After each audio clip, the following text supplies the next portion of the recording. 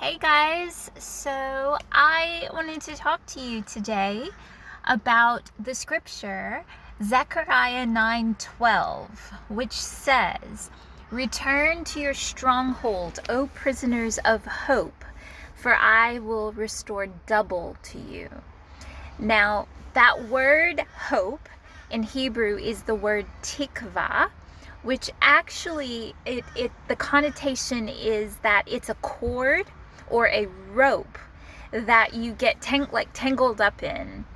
So when it says return to your stronghold, we know that the Lord is our strong tower. He's our stronghold. Prisoner of hope.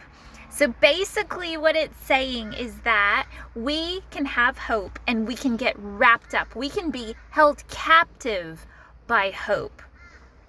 Now, I'm thinking about that because I just feel like there's so many things going on in the world, in our personal lives, where we just need a dose of hope today.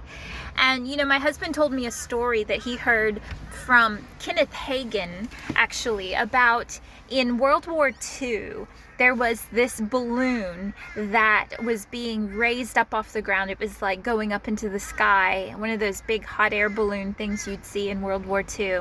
And there were all these ropes that were hanging down from it. And somehow the wind caught it and snapped one of the ropes, and the balloon was starting to take off. And there were people in the balloon, but it was taking off prematurely.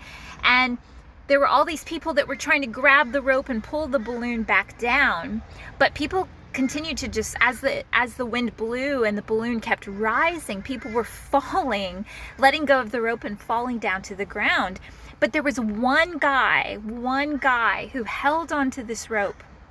And I guess the story goes that the balloons flew higher and higher in the sky, and this guy was still on the rope, and women were like fainting because they couldn't believe this guy was so high in the sky and he was still holding on. And they ended up helping him up into the balloon.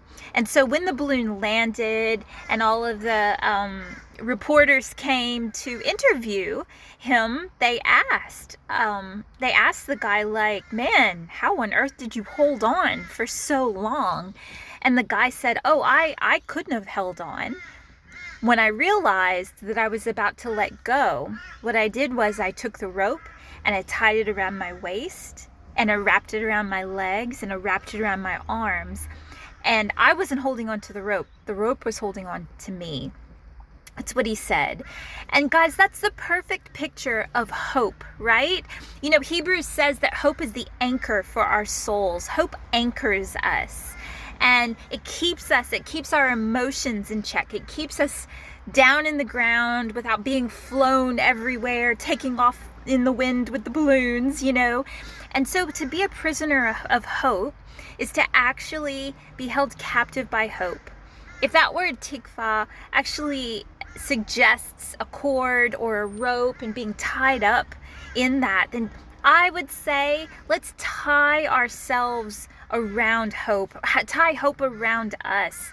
A friend of mine in one of my online courses right now made the comment that she always says, "Oh, I'm at the end of my rope," and she wasn't going to say that anymore. And I love that. When you feel like you are at the end of your rope, that's when you take the rope, which is tikva, hope, and you wrap that thing around yourself. You don't have to hold on. You let hope hold on to you. And you do that with Jesus. You do that in your time in the secret place with him. You do that with faith in a Father who loves you, who's not going to let you go. And you allow yourself to be anchored in that thing. Allow yourself, run to the stronghold, run to your strong tower, wrap yourself up in hope, and stay in that place. And then God says he will give you double. He will restore double to you. So I hope that blesses you today. That was Zechariah 9:12.